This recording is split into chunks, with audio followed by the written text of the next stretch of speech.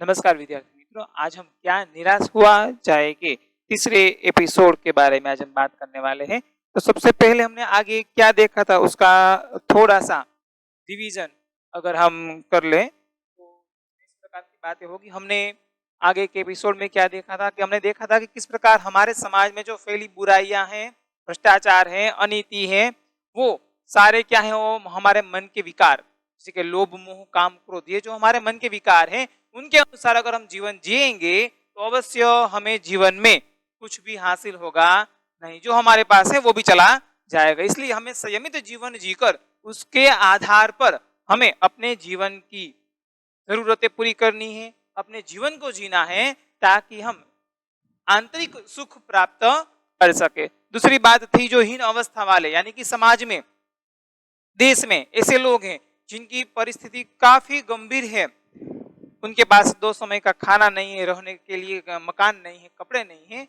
ये सामान्य प्राथमिक जरूरतें नहीं है।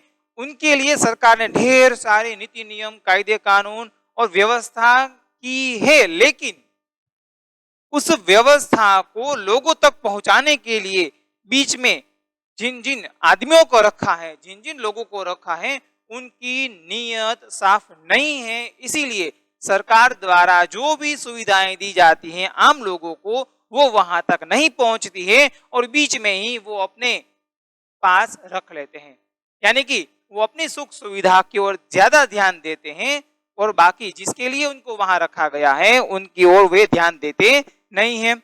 और इसीलिए हमारे समाज में जो विकार यानी कि लोभ मोह काम क्रोध बढ़ा है, जितने बड़े पैमाने पर विकास की बातें हुई हैं उतने ही बड़े पैमाने पर भ्रष्टाचार है, लोभ है, मोह है, उसके परिणाम हम समाज में देख सकते हैं। पहले कानून और धर्म एक था, लेकिन आज कानून अलग है और धर्म अलग है। इन दोनों में काफी अंतराल, भेदभाव आ चुके हैं और इसी भेदभाव के कारण आज लोग कानून से नहीं डरते लेकिन धर्म से डरते हैं। लेकिन आज हमें ऐसी बातें समाज में देखने को मिली है कि कानून से डरने वाले आज समाज में हमें ऐसी बातें देखने को मिलती है कि जो धर्म से डरते हैं वो कानून से डरते नहीं है, क्योंकि कानून में कुछ ऐसी बातें हैं जिन बातों का आधार लेकर वो आसानी से कानून की चुंगल से बाहर निकल सकते हैं। सबसे पहली बात उसमें थी पैसे से। तो हमने आगे इस प्रकार की बातें की थी और कहा था कि दोषोद्घाटन यानी कि दूसरे के दोषों को बताना आजकल एक पेशा बन चुका है। दूसरे के दोषों को दिखाना आजकल का एक पेशा बन चुका है। अगर ऐसा ही चलता रहा तो समाज में कोई अच्छा इंसान बचेगा नहीं, ऐसा हम कह सकते हैं। जिस प्रकार हम दोषों को बार बार दिखाते हैं, अगर उसी प्रकार दोषों को भूलकर अच्छाई को बताते जाएंगे तो समाज में थोड़ी सी अच्छाई जो बची है उसे हम सुधार सकते हैं, उसको हम आगे ले जा सकते हैं। अब लेखक ने आगे अपने उदाहरणों के माध्यम से, अपने जीवन के कुछ प्रसंगों के माध्यम से हमें बताया है कि हमें किस प्रकार निराश नहीं होना चाहिए। आइए देखते हैं। लेखक कहते कि जब वे एक बार रेलवे स्टेशन पर गए थे तब गलती से 10 की जगह उन्होंने 100 रुपए का नोट थमा दिया। टिकट 10 रुपए का ही था लेकिन गलती से 100 रुपए का नोट दे दिया था। लेखक को पता नहीं है, वो टिकट लेकर सीधे ही कहां चल गए, ट्रेन पर चल गए। अब टिकट बाबू है उसे पता चला, तब वो 90 रुपये लेकर लेखक के पीछे ट्रेन में चला जाता है और सेकंड क्लास के डिब्बे में हर आदमी का चेहरा पहचानता हुआ वह टिकट बाबू आया और वहां लेखक को ढूंढने लगता है। कहाँ गए वे व्यक्ति जिन्होंने गलती से मुझे 10 की जगह 100 का नोट थमा दिया था। और बड़ी विनम्रता के साथ मेरे हाथ में 90 रुपये दिए और बोला यह बहुत बड़ी गलती हो गई थी, आपने भी नहीं देखा और मैंने भी नहीं देखा। उसके चेहरे पर विचित्र संतोष की गरिमा थी। आत्मसंतोष की हम बात करते थे। अगर व्यक्ति आत्मसंतोषी है, संयमित है, तो वह किसी भी बेईमानी के 1 रुपये को भी अपने पास रखना चाहता नहीं है। देखिए यहाँ लेखक ने कहा गलती से, उनको पता भी नहीं था, लेकिन जो टिकट बाबू है उसे पता था कि उनके ये 90 रुपये मेरे पास जमा है। तो उनको खोज कर ट्रेन में, देखिए ट्रेन में कितनी भीड़ भाड़ होती है, उसके अंदर जाकर उनके 90 रुपये वापस कर दिए। अगर चाहते नहीं भी कर सकते थे, क्योंकि लेकिन जो टिकट बाबू है उसमें ईमानदारी थी, आत्मसंयम था और वो संयमित जीवन जीना चाहता था, इसीलिए उसने लेखक के 90 रुपये वापस कर दिए। तो लेखक यहाँ हमसे कहते हैं कि मैं किस प्रकार कहूं कि समाज में इस प्रकार की ईमानदारी की, आत्मसंयम की बातें समाज में नहीं हो रही है, हो सकती है, बस हमें उसे उजागर करना है। जो कर्तव्य क्या है हमारा, हमारा कर्तव्य क्या है, हमें किस प्रकार अपना काम करना है, हमारी जिम्मेदारी क्या है, अगर ये बात अगर हमें समझ में आ जाए तो दूसरों को समझाने की जरूरत है नहीं, बस हमें अपना काम करना है। लेकिन कैसे? ईमानदारी से, सच्चाई से। तो लेखक यहाँ चकित रह जाते हैं और सोचते हैं कि दुनिया में आज भी ईमानदारी और सच्चाई लुप्त हुई नहीं है।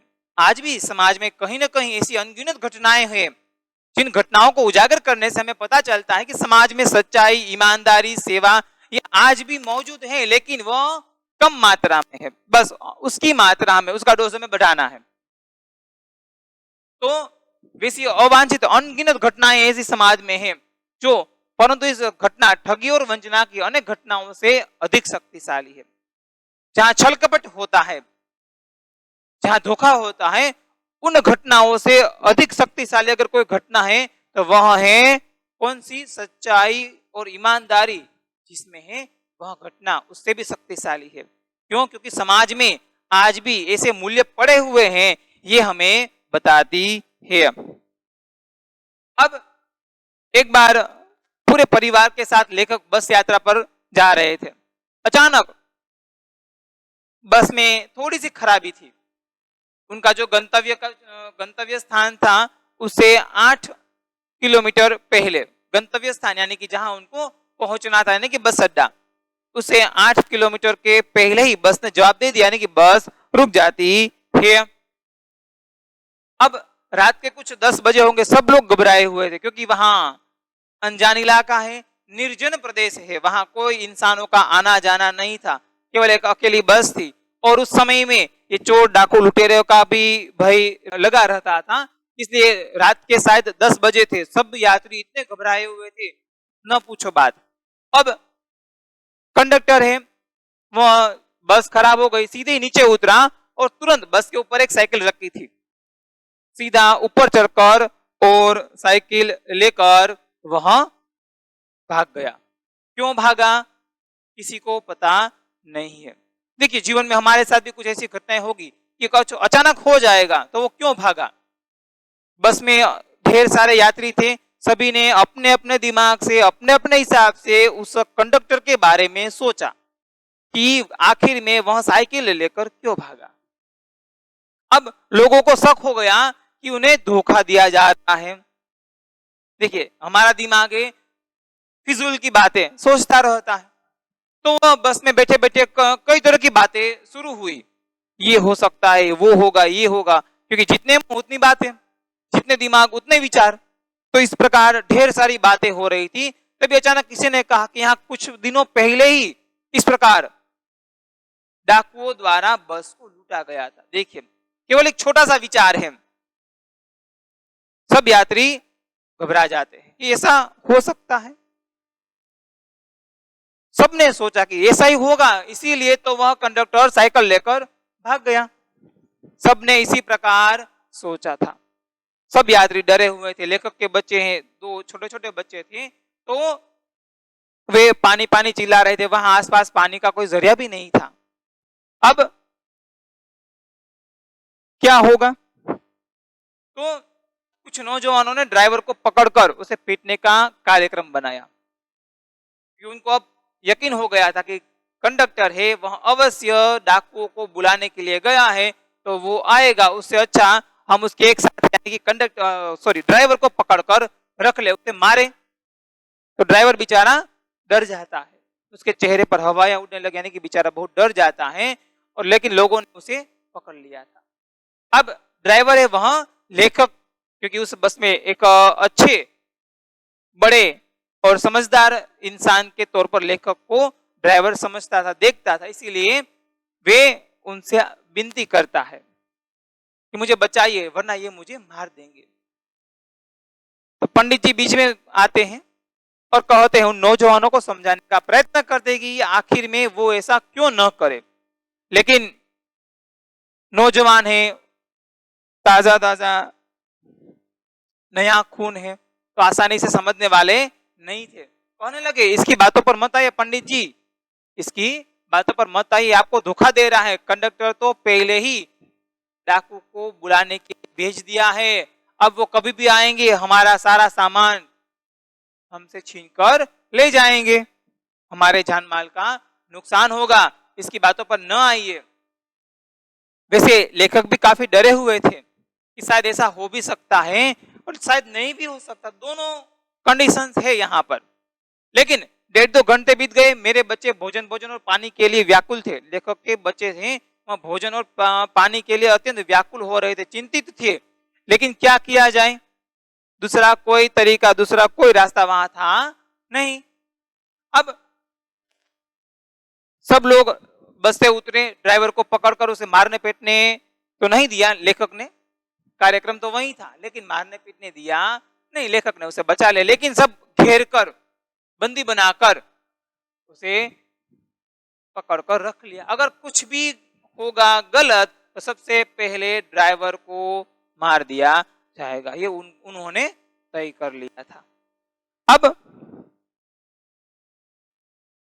अचानक उसी समय एक नई बस दूर से दिखाई दे रही है, खाली बस आ रही थी।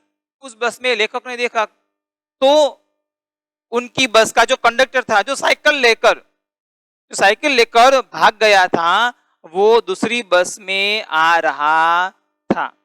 यहाँ लोगों ने जो भी सोचा वो सब कुछ गलत हो गया। दूसरी बस लेकर आया, उनके पास आकर कहा, अरे पंडित जी आप सब लोग इस बस में चढ़ जाओ, अब वो बस चलने के लायक नहीं है, बस अड्डे से मैं नई बस लेकर आया। देखिए हमने यानी कि लेखक और उनकी बस यात्रियों ने कंडक्टर के बारे में क्या सोचा और कंडक्टर ने बस यात्रियों के लिए क्या सोचा, किस प्रकार काम किया। अकेले जाना खतरनाक था क्योंकि 8 किलोमीटर तक साइकिल लेकर जाना और वो भी निर्जन इलाके में से, तो वो भी कम खतरे वाली बात नहीं थी। लेकिन यहाँ उल्टा हुआ, बस में जितने भी यात्री थे सबने कंडक्टर को धोखेबाज समझा और क्या कहा कि वो डाकुओं को बुलाने के लिए गया है, लेकिन ऐसा हुआ नहीं।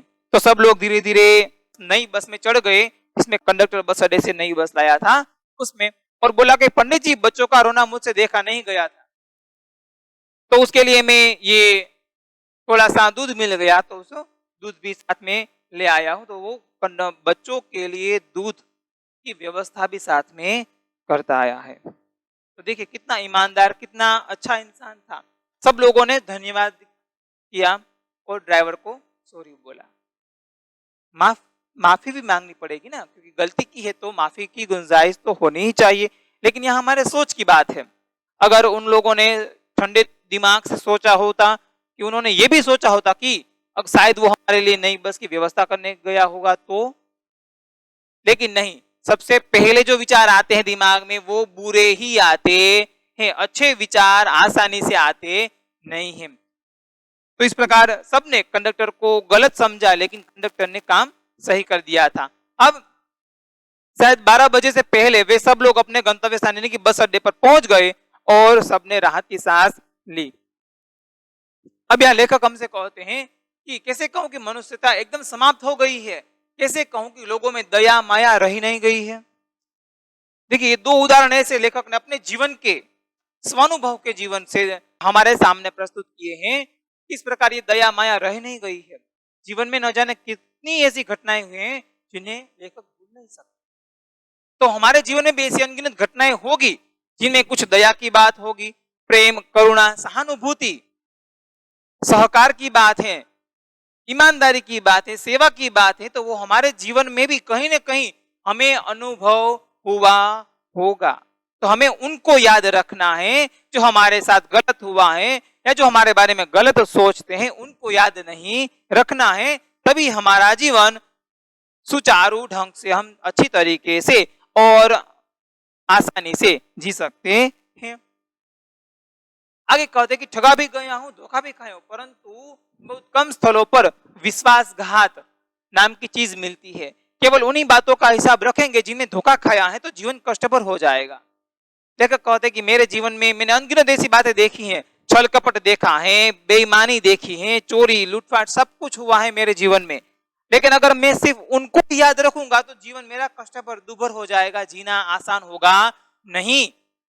अगर मुझे सही तरीके से आसान जीवन जीना है तो उन बातों को भूलना होगा जिनसे मुझे दुख पहुंचा है, कष्ट हुआ है। केवल उनको याद रखूंगा जिसमें मुझे विश्वास करने की बात आती है, ईमानदारी, सेवा आदि की बात मुझे याद है। उनको अगर याद रखूंगा तो मेरे जीवन में हमेशा सकारात्मक विचार आएंगे और हताशा और निराशा अपने आप चली जाएंगी।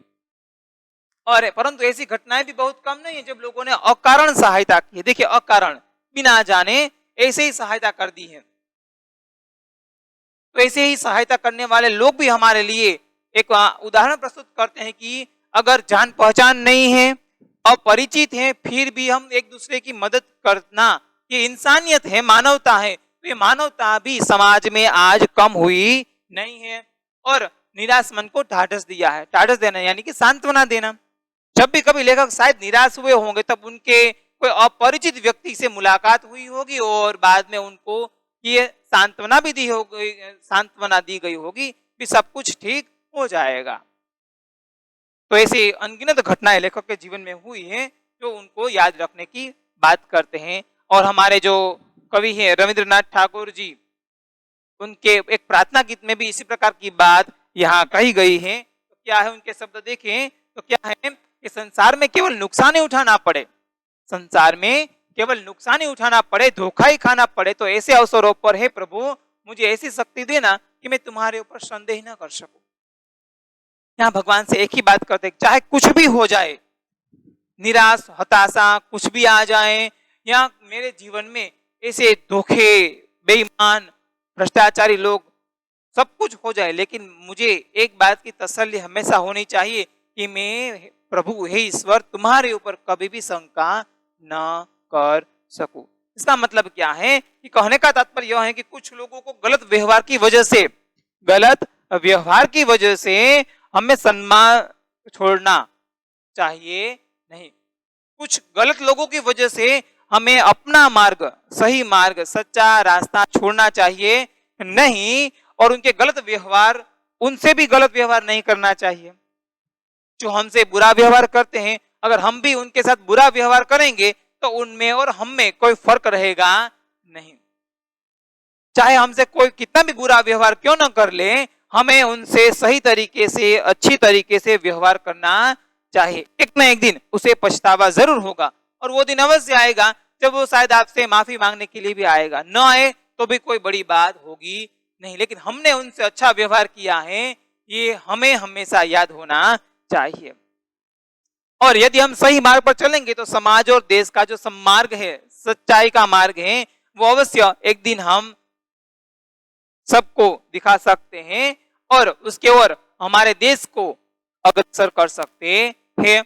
अब मनुष्य की बनाई जो विधियां हैं, हमने देखा था नीति नियम, वो आज थोड़ी सी गलत नतीजे पर पहुंच रही है, गलत तरीके से उनका उपयोग होता आ रहा है या अभी भी हो रहा है, गलत उपयोग हो रहा है। लेकिन दिन ब दिन इंसान उसे बदलने के लिए प्रयत्न करता है। लेकिन आज भी आशा की जो ज्योति है, आशा की किरण, वो अभी बुझी नहीं है। समाज में चाहे कितना भी बुरा क्यों ना हुआ हो, लेकिन उस बुरे के सामने अच्छाई की बातें इतनी ही कारगर साबित हुई है जिसके माध्यम से हम लोगों को सही रास्ता दिखाने के लिए प्रेरित कर सकते हैं। और खासतौर पर हमारी जो बनाई हुई विधियां हैं, नीति नियम हैं, उनमें भी हम परिवर्तन कर रहे हैं, करेंगे, अगर चाहे तो और परिवर्तन करेंगे, ताकि समाज को हमें प्रगतिशील बनाना है। जिसे हमें समाज का अगर उत्थान करना है तो ईमानदारी, दया, सच्चाई, विश्वास आदि की ओर ले जाना है, तो हमें हमारे नीति नियमों में थोड़ा थोड़ा करके परिवर्तन करना पड़ेगा। तो हमें ये आशा है कि हमारा समाज उत्थान की ओर बढ़ेगा, हमारे जो नैतिक मूल्य हैं वो नष्ट होंगे नहीं।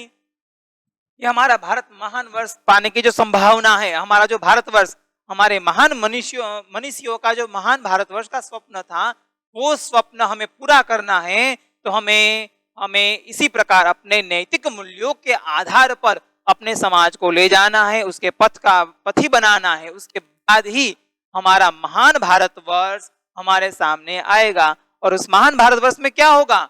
सच्चाई, ईमानदारी, सेवा, प्रेम, करुणा आदि हमारे नैतिक मूल्य हमारे साथ होंगे। तो ये आपके लिए कुछ शब्दार्थ हैं, यह सब आपको अपनी एफबी में लिखने हैं। और ये कुछ मुहावरे भी है इसमें।